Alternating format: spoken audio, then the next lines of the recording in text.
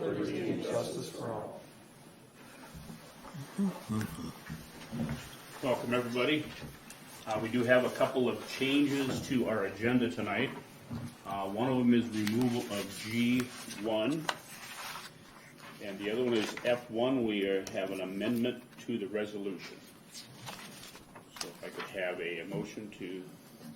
Move to close this with the agenda with the additions. A motion and a second. I'll second it. Motion and seconded. All in favor say aye. Aye.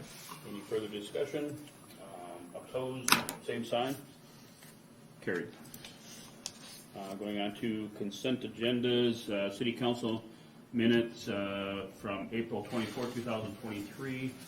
We have minutes from boards of commissions, Water Lake Commission, May 1st, 2023, Planning Commission meeting minutes, May 2nd, 2023, Traffic and Safety Committee meeting, April 25th, 2023, Safe Roads Coalition meeting, April 25th, 2023, Housing Redevelopment Authority Board meeting, March 29th, 2023, Prairie Justice Center Operations Committee meeting, March 2nd, 2023.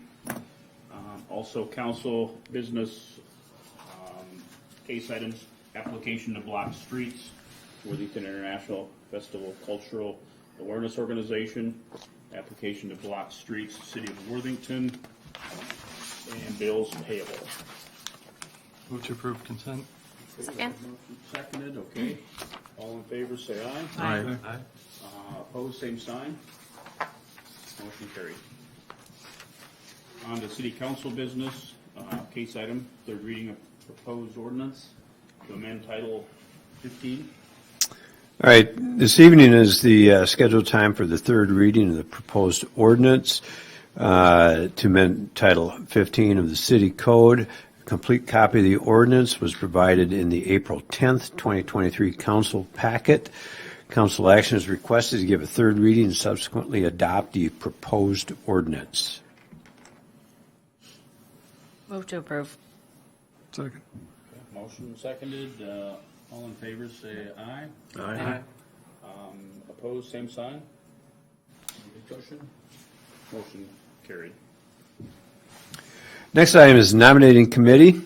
The committee met on May 3rd and making the following recommendations for committee appointments and reappointments to the Park and Recreation Advisory Board to reappoint Jason Johnson to a second 3-year term, which expires on May 31st, 2026.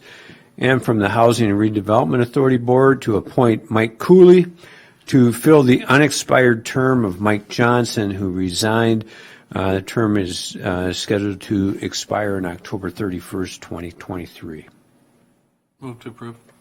Second. Motion is seconded, all in favor say aye. Aye. Pardon me? Further discussion. Any further discussion? Okay. All in favor say aye. Aye. Opposed, same sign. Motion carried.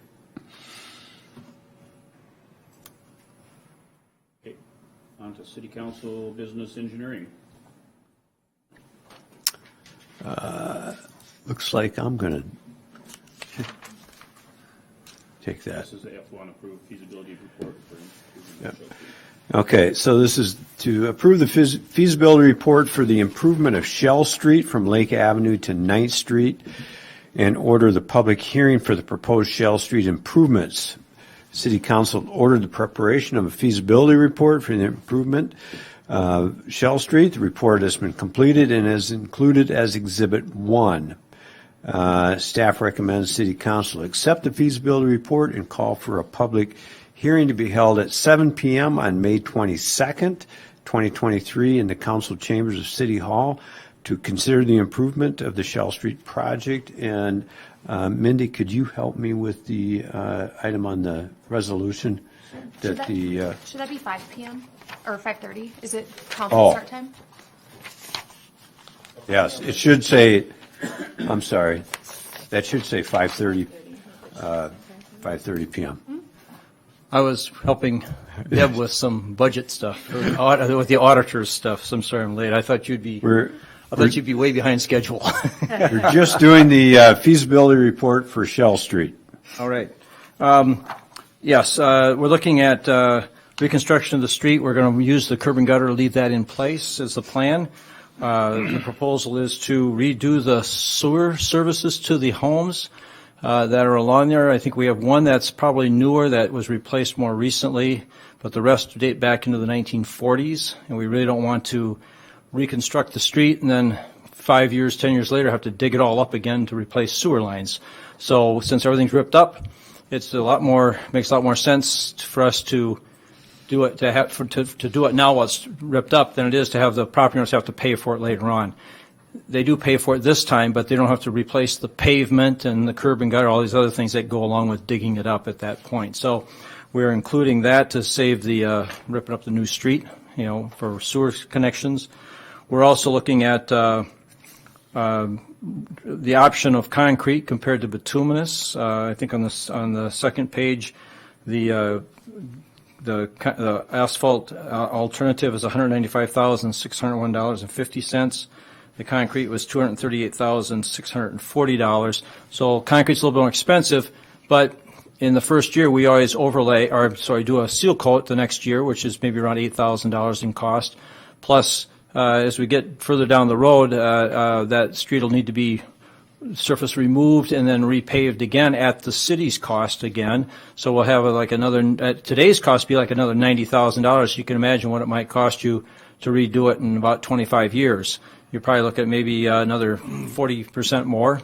So by putting in concrete, we will have probably more like a 50-plus year life expectancy on the concrete, and the city will save those additional costs of a seal coat and bituminous resurfacing before we get to the end of the life of a concrete pavement. So it actually would be probably more cost effective from the city's perspective to have those costs up front. Like I say, there is some additional cost to the property owners. However, the city does pick up the center 24 feet of cost. So the cost for the property owners is probably considered to be very minor compared to the overall cost of the increase to them for the project itself. So if you go to this third page in there, you'll see that to the bottom half, you see the anticipated cost of the project itself. Along with that, we are looking at putting in a new water main. The water department is looking at replacing the water main on that street while we have it ripped up. Instead of waiting, they're looking at doing a connection to 9th, making a loop through that area. Talking with Scott Hain, it sounds like he's maybe rethinking the size of the main at this point. They're thinking of using a 12-inch line in there, but I think now they're rethinking it as maybe an 8-inch line instead, or something a little bit smaller. So we based it on our initial conversation with him as a 12-inch line, but that could change to something smaller. So overall, that's where we're at with it. It does meet the requirements for accessible project. And we think it's a worthwhile project to move ahead with. And for that, then, we are looking at the council approving the feasibility report and then calling for a public hearing for the next meeting to allow for that public to come in and have comment on it and for you to make your decision on what you want us to move forward for as far as design, if you want it as a concrete or a bituminous street at that point. Okay. Council, any questions? Yeah. Steve? And I think Okay, well, the resolution still called at 7 p.m., so that has to be corrected for May 22nd. But we have the amended resolution with the new amounts. Are these the correct amounts? we have the correct amounts, but the time is still incorrect. The time will need to be changed to 5:30. So with the corrected amounts, the bituminous total project cost, including utility replacement, is $508,870, and the concrete option estimate is $598,430. Those are the correct. Those are the correct total project. Total project costs, yes. With replacing the sanitary sewer services, you're going to go from the main to the right-of-way line, to the property line? We're looking at going to the property line But if the property owner wants, we would go all the way to the house, but they pay the cost, To the additional complete cost anyway. We were just trying to avoid having to dig up the street. So we will go to the property line if that's all the further they want us to go. If they want us to go further, we'd go to the house. The same thing with the water service. Water services will go to, I think the water services just go to the valve. I don't think they're taking it to the house. Right, but we are taking it. We are taking it to the valve, yeah. Yes, To the property okay. line. This all assessed to their taxes. The water main would not be. The water service part of it is the city, the public utilities will pay that. The sewer's a little bit different policy. Any other questions? I move to accept the feasibility report and schedule the public hearing at 5:30 PM on May 22nd, 2023. Second. A motion and seconded. Any further discussion? I just have to comment one more time on, we were doing bituminous because we're leaving curb and gutter in, and now we're looking at the concrete option because it's not excessively more expensive. But we sat in here not real long ago saying if we ever redid concrete, we'd also do curb and gutter at the same time. We looked at the curb and gutter to see what kind of condition it was in. Kind of. And pretty much what we found is on this particular street, the curb and gutter is in good condition. Now, we will have to pull a little bit out here and there for different things, but the majority of the curb and gutter and stuff will remain intact. And we've just felt. This one was a bunch, there was a bunch that got taken out, but also a bunch that got left, and that's where it differed. Is this like even enough that it'll be able to, if we choose concrete, will it Should flow be to the- acceptable? Or can we Yes. write the rideability of it into the parameters? I think that's what Gu had said last time. Yeah, the concern they had with the Homewood Hills part of it was the rideability and then the condition and the movement of that. And that, I think, is why when he was here talking to you initially about it, was that he was concerned about doing it because of that. I talked to him and we went out and did some checky stuff. And the curb and gutter is in good shape. We don't anticipate or see any reason why we should have problems with rideability because of the curb and gutter. It's not shifted, moving around, that type of thing. So we wouldn't have to pull a bunch out to re-level it and leave a bunch in place. So we felt it was reasonable to leave that in place. It's a short street and it should be fine with the curb and gutter in place and reusing it again. Don't have any water pooling or anything like that when it rains. Not in the curb and gutter. We do have some in the street as we get down toward 9th Avenue and stuff. But once we get that cleaned up in that corner, that water should drain through there. I think the important thing is to individually evaluate each street project. Yeah, and it's not fair to say because one didn't make go sure the well. factors are right for whatever Just plan we asking. choose to go. Yeah, just Yes. asking the question. Yep. Other than the new expense, moving forward with seal coating and stuff, Well, council will see what the bids come in at. If at the hearing you call for bids, Yes. Yeah, we aren't deciding that now. all we're doing now is calling for the hearing. Yes. Call the question. Yes, Chad. Oh, right, okay, yep. No other questions? Okay. Then we, all in favor, say aye. Aye. Opposed, same sign. Motion carried. Item number 2 is a recommendation for the award of the contract for the reconstruction of 2nd Avenue from 10th Street to 12th Street. City Council approved the advertisement for bids for the reconstruction of 2nd Avenue at their meeting on April 10th, 2023. Bids were opened on May 3rd, 2023 at 2:00 p.m. with 2 bids received. Henning Construction had the lowest bid at $1,227,500. The second bidder was Dunnick Incorporated at $1,456,460. The engineer's estimate was $1,150,172.50. The low bid was 6.7% or $77,327.59 over the estimate. The funding for this project is from the municipal stated street construction allocation with some assessments for sewer services and local funding for water main and sewer service connections. We feel that the bid, since we had 2 good bidders and the bids came in reasonably close, We feel that the extra amount is probably what the bids would come in at, again, if we tried to rebid it, and that's just what the rates are. Our estimate just happened to be a little on the lower side yet. So we'd recommend that and the consultant agrees that, recommend that the award be given to the lowest responsible bidder, Henning Construction of Adrian, Minnesota, for the $1,227,500 bid. Council, any questions? Both these bids, they suspect that their timeline that moving forward, that they'll have it done in time for our festival? That's the way the specifications are written. They're supposed to have it substantially completed a week ahead of time. So, we anticipate they should have it done before then. We gave them all summer to do it. It's 2 blocks long, so if they move in and get working on it, it should go. Henning Construction is very good at being, moving ahead with things, getting efficient, meeting their deadlines and stuff. We haven't had problems with Henning Construction in the past. So I don't anticipate any reason why they wouldn't be able to do it.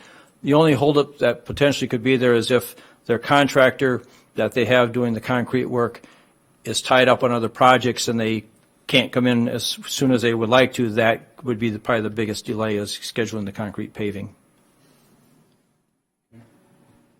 Any other questions or anything? Otherwise, do we have a motion?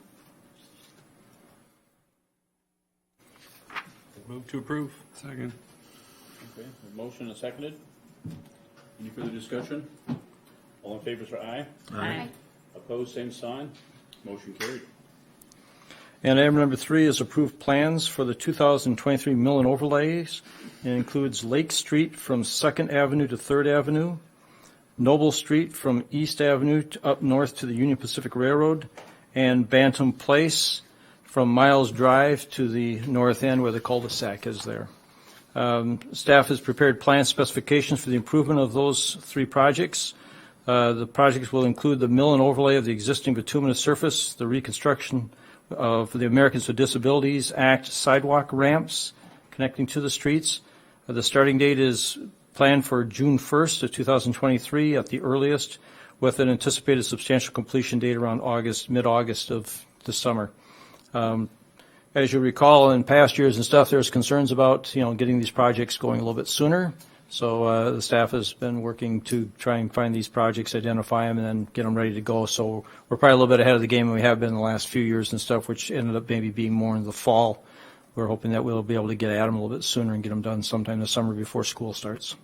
So our recommendation would be to approve the plans and proposal and to authorize advertisement for bids. Any questions? I move to approve as listed. We have a motion and you need a second? I'll second. Okay. Any further discussion? Do we run into any hurdles with Bantam Place being a cul-de-sac on residents, whatever, access and stuff? It's a little tricky because there's not many side streets that can connect to some of those houses for people. Have to Yes. Go on Viking? You go over to Viking or there's no restricted parking on Diagonal Road. It's not the best place to be parking, but you could have some people parking there and walking back in. But you're right, when you have a dead-end roadway and stuff, probably the one of the redeeming things on this one is hopefully the project will go fairly quickly when they get in and get started, get in and get out. And that's our best hope and stuff. But once they get it excavated and stuff, there will be some disruption to accessibility while they're doing the work, yes.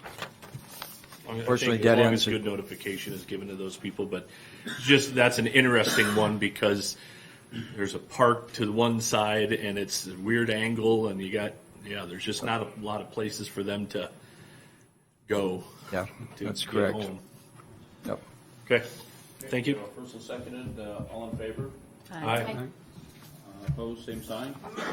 Motion carried. Thank you. Thank you, Steve.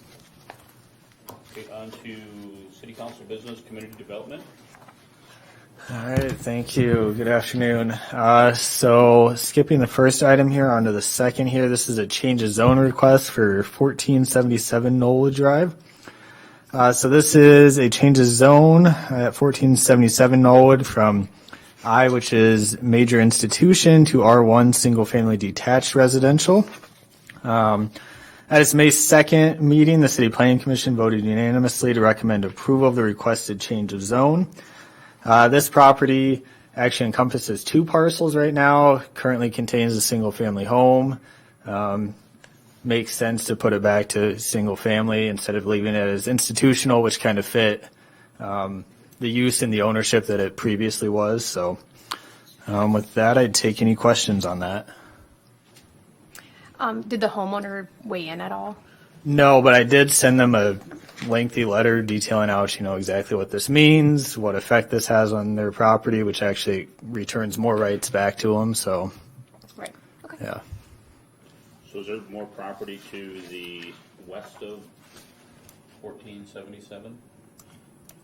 Or how This is kind of it's a larger lot here. So there's 2 parcels. There's kind of a weird shaped one on the south, which was something to do with the driveway back there to what I believe was the crippled children's school there.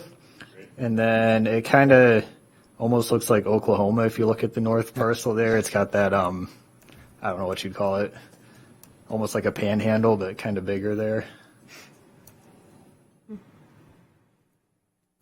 So if they were to split these lots up, if they do, or how do you get to them? They get a parking lot through there.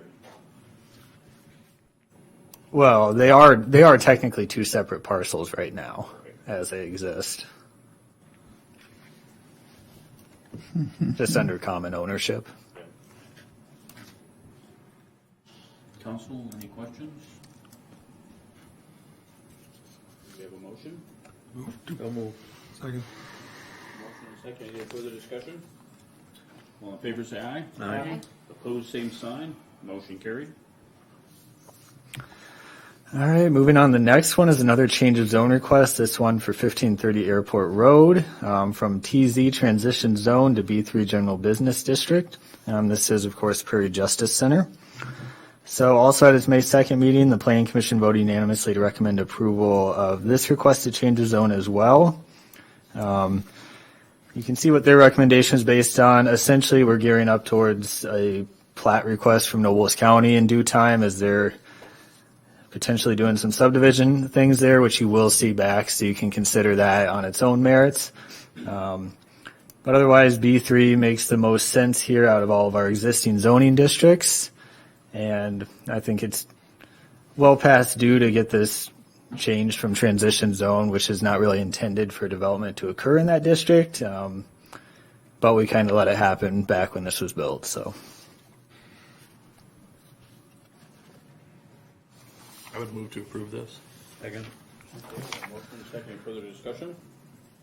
All in favor, say aye. Aye. Opposed, same sign. Motion carried. All right. Lastly is another change of zone request. This one for the Cicely Street Edition. So this one is a change of zone for property located along the north and south side of Cicely Street from R2, which is single-family low-density preservation residential district, to R4 medium-density residential. The area included in this request encompasses only the newer addition to the street, so this would have been the city's addition there. At its May 2nd meeting, the City Planning Commission voted 5-1 to recommend approval of the requested change of zone. Essentially what this is that we have a request to construct a duplex on a lot out there, not the HRA's duplexes. Those are already all set and permitted and everything. And as it exists right now, we would actually have to deny that request there. So the thought is, do we want to restrict everything out there and deny, the ability to construct additional housing units out there, especially when we've kind of stated that we're already okay with duplexes on that street. And then since we already rezoned those 2 corner lots to R4, the proposal is to kind of bring those across there. And then on the south side, it would leave one of our lots as R2, just because we have that future road right of way there. So that was a kind of a good breaking point there between 2 different zoning districts. So I guess my one question is, it seems like for the most part, it's shrinking some of the setbacks, but the minimum side setback, though, would actually go from 8 feet to 10 feet if we would. yeah, and actually most of these lots would go to 9 foot because they're the R4 district carries like a variable side yard setback. And if you kind of follow all the math in there, it gets into like a percentage of the total lot width and everything. It would bring it down to 9 foot for pretty much all of those lots. Do we see that being an issue, to lose a foot on each side for the properties? We have all this that they could. I don't really see that as really a big deal, but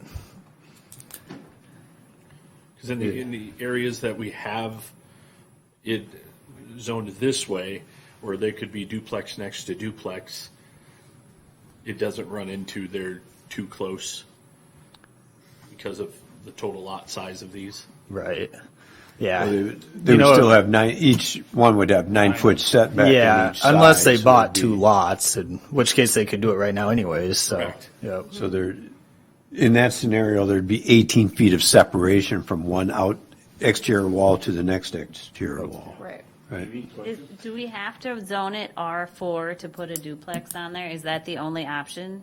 Because R4, if they wanted to build an apartment building or multi-unit, we have land for that right there that we kind of designated to the south between the single-family homes and where we have Quick Trip, or possibly to the north.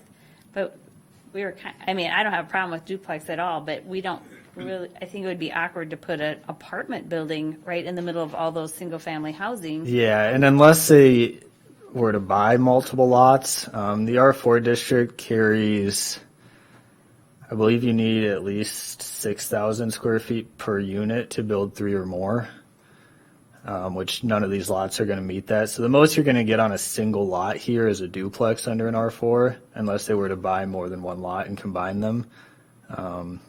Which Can we, I would rather encourage, I don't mind if a duplex goes in here because I feel like that works very well with single-family housing. But if we zone it R4, somebody could buy multiple lots, put a big apartment complex there, and then we have an area for an apartment complex, and we wouldn't have any more area for single-family housing. That's my thought process there. Can I ask how many of these lots are already sold? Yeah, I can tell you that in a second here.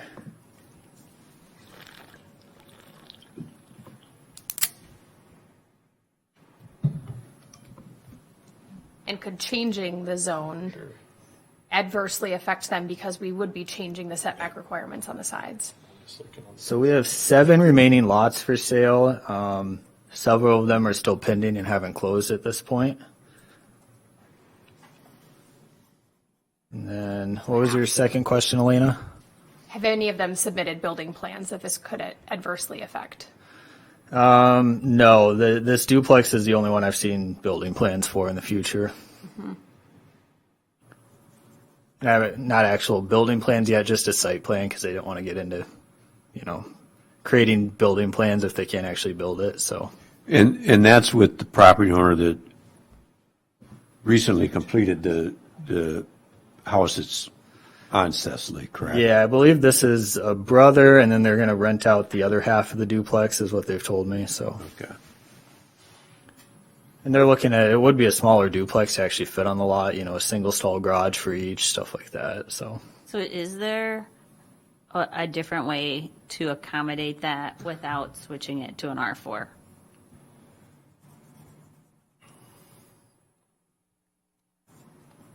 You could not accomplish it as an R2. An R3. I mean, part of it is we've already approved R4s for the HRA on the same I street. know, so but how now do we I'm really asking Also the could not question. accomplish it under an R3 either, so, then you're kind of left with an R4. And I think that's where you really get into the fact that the difference between an R1, an R2, and an R3 is almost non-existent. I mean, there's some variable setbacks and things, but if you actually start looking at definitions and you get into really the difference between an R1, an R2, and an R3, there's not a whole lot of difference, especially in terms of density and stuff. So then you kind of jump right to a R4. This raises the question of the difficulties that we have with our existing zoning ordinance, which Matt and I have had several discussions about along with the comprehensive plan, that we really need to probably redo our entire zoning ordinance or look at it in great detail. I agree, because I think our intention for this is single-family homes. A duplex fits in very well with a single-family home, right? Yes. Zoning in R4 opens it up to more than I think what our intention was when we put this out here. Yeah. I think we agree with that, and unfortunately, within our existing zoning ordinance, we don't have a lot of alternatives for someone that may want to build a twin home or a duplex. Yeah, because I did hear actually the same concern from the owners of that last remaining privately owned lot for sale there. And as we kind of talked about that one, we kind of went through, okay, there's utility easements actually splitting some of these lots right next to those, so you couldn't actually combine two of those if you wanted to. So that kind of eased those concerns that, okay, you were basically left with, okay, maybe a duplex on those lots adjacent to that privately owned one, but nothing more than that. So I think it's very unlikely that anybody would buy up all of these and put an apartment building up. There'd be a lot of other issues with that, utility easements, all that sort of stuff, especially with the ones that are still remaining for sale at this point. So, but Ones that are remaining for sale, all in one group, continuous to each other. so we have the southeast lot for sale. I can actually pull this up for you if you want here. A larger one? Helpful.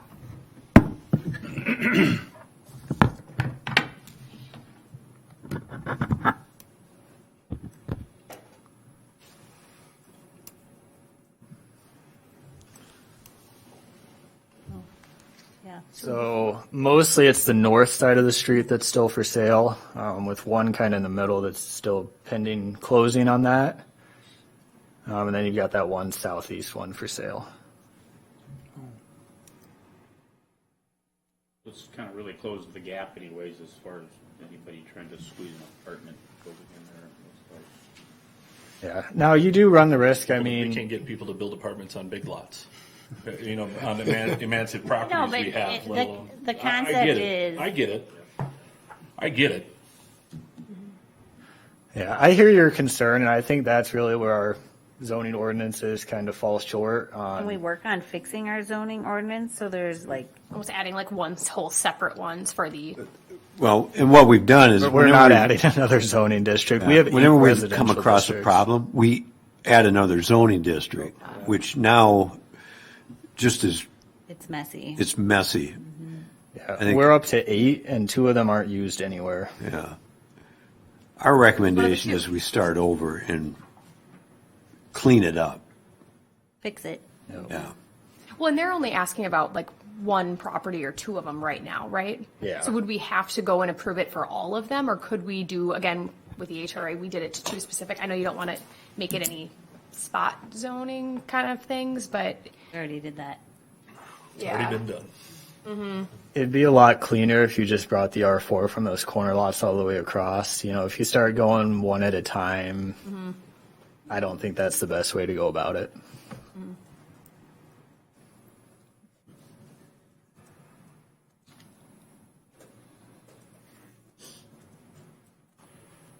Any further questions?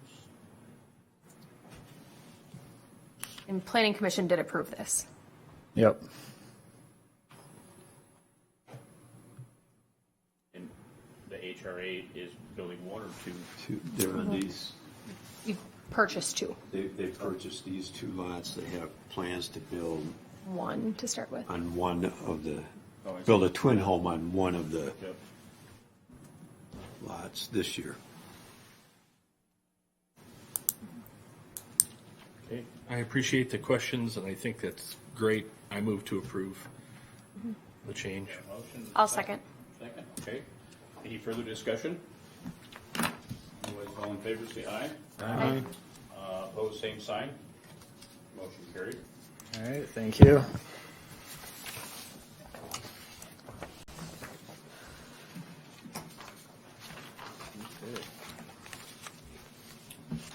On to committee reports. I don't have anything. I don't have anything. I have no report. And Matt can correct me if I'm wrong or whatever, but there's, as far as getting together and talking about doing some planning regarding what we want to see stuff like and with the comprehensive plan and stuff like that. There's plans in the work to get us together with the planning commission in the near future, I believe. Whether that date's been set yet or not, but just so the council knows that things are rolling along in that regard. And I know staff is gearing up for it. So thanks for all of Matt's work in getting us all prepared to make some good changes. So. Elena? The Nobles County Child Care Task Force, we met last week, and they have opened up the grant, which I believe was deed and Nobles County money. Right now, they are doing 2 of the different grants. One is for child care expansion, so whether it's a new or an existing facility looking to add child care slots. Then the other is for current providers now, just to make updates and things that are necessary for them. There will be a third component on making child care affordable for people that otherwise maybe fall a little bit short on affording child care, but that part is still in the works. Thank you. Chad? Elena and I and Todd and Steve got a tour the Waterworld Aquatics Park and getting preparations ready for it to be completed. The plastering was in full force when we were there, and they started filling, or they're planning on starting to fill real quickly. I can give you a little update on That would what's be going great. on. We got a tour, but we got to tour the whole facility, see the locker rooms, the bathrooms, the offices, all that. And I will say it's very impressive. And it wasn't even complete, but very impressive probably is a short statement, I would say. Yeah. Yeah, I just came from there. Last Friday, they were going to finish the plastering of, they had just one little piece to plaster yet, but they were worried about the rain. It was a 0 entry. They finished that today. They started filling the pool late this afternoon. They'll fill it with hoses till they get some water in the deep end, then they're going to fill it off the fire hydrant to fill it. Should be full by this week, end of this week. We have an inspection by the Department of Health on Monday. We were just informed by email that might get moved back due to his travel schedule or whatever, but it'll be next week. So everything should be operational by the middle of next week. We got to just get the chemicals all in and get it all up to speed, and then we should still be on schedule. Bathrooms and everything are completed and operational. That's all ready to go. And I just talked to the YMCA, and they're starting the old outdoor pool sometime this week also. So we should be ready to go, hopefully a week before we want to open. We are in hopes, just so everybody knows too, that maybe through a little collaboration with Forward Worthington, that we could maybe get a little walkthrough, open house or mixer type thing, some evening prior to the, all right, go crazy kids with your snorkels and goggles and all that stuff, that people could just walk through and hear and get a little tour of it. So, but that's Motivated, yeah. that's going to be a little determined on making sure everything gets done, more so parking lot finish and stuff like that to accommodate getting people there, or if we would have to walk through the YMCA to get in there if they're doing the parking lot things. So we're hoping to do that a week before it would open or the week of, and get people there to see and buy passes and that, which passes are on sale. Yes. Yep. Field House and the YMCA, and I just talked to Corey I don't know the numbers at the YMCA, but I do know they sold 40 seasonal passes so far at the Field House. And I don't know what my guess is they probably sold more at the YMCA, but I haven't got those numbers yet. And we did some crazy figuring because I had people that commented, and I think on social media there were some people commenting like, "Oh my gosh, that's a lot." When you compare it to any other water facility around here. They're either the same or whatever, to even some that are much smaller. And in rough figures of it, if you went 20 times on a season pass, it figured out to, like, the worst case scenario was $3.75 a visit. And if you had that's on 20 visits out of the whole summer. So, I mean, it's unbelievably reasonable. And even if you need to expand from the family pass for 4 people to go up, even we figured it to 6 people, and then it got even cheaper, actually. So benefit maybe to having big families. It got even cheaper. So Thanks, Todd. Steve? We have been successful in hiring a new engineer. An offer was extended and accepted. He is planning to start on June 5th.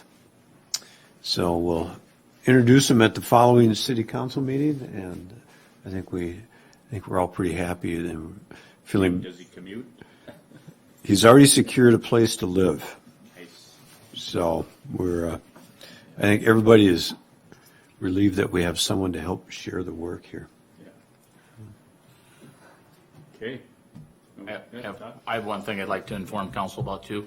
Earlier this week, we were removing an ash tree in Olson Park, and we confirmed that emerald ash borer was in that tree. So if anybody has questions about why we're cutting the trees down that we're cutting down, we've now found it in Olson Park. Of course, it was first found up on the north side of Oxford Street, and we found it west of town, just a mile out of town, and it's been found on the east side of town. So it is basically here, and that's kind of why we've taken a proactive approach at taking those ash trees down. So I know that doesn't make some people happy, but that's kind of why we're doing it. I will say it's been nice too, while unfortunately that is happening, and it is a real situation because we have many in this community. It's been nice to see in different places and parks and some of the different areas new tree plantings going in again this spring. I saw city crews in several different places over the last couple weeks planting new trees. You guys are planting new trees? Yeah, I think they planted. That's what's happening. 70 of them this spring is what we replaced so far, or what we replaced. So. And those were ash trees that were taken down around in my neighborhood, Skyline, and. For the most part, yeah. We're trying to we have 1,500. At one point, we had 1,500 ash trees on boulevards and manicured areas, and we've been, I think about 3 or 4 years ago, we started taking down 10% of those. When it was first found, trying to take down 10% of those a year to spread it out over 10 years, so 150 a year we've been taking down. The first couple of years it was real easy because there was a lot of them that were, not very pretty, but now we're getting to where they are, a little nicer looking trees. The public still has the option to contact the city, and they can pay for their own treatment of their boulevard trees. They just have to follow some specific rules. But yeah, so it's been found all over, and my talking to a forester, I think you'll see in the next 3 or 4 years, you'll see pods around town of private trees that start to die off in backyards and stuff, and the problem with emerald ash borer is it sucks the water out of them, and they deteriorate real quick. So you'll start to see a lot of dead trees in people's yards. It doesn't really have to do with the city, but it is going to be an issue. But it's an issue all over Minnesota, Iowa. What are you replacing the trees with? What kind of trees? We usually there's a different number of flowering crabs, and there's some maples, and there's some elm disease resistant elm trees. We usually try to plant about 10 different varieties so we don't run into this same kind of problem. Same thing that they had in the 70s when they had all the elm trees and we had Dutch elm disease and all those came down, and then they all planted ash. Now we have the same thing, so we're trying to be diverse. Thanks, Todd. Motion adjourned. So moved. Second. All in favor, say aye. Aye. Motion carried.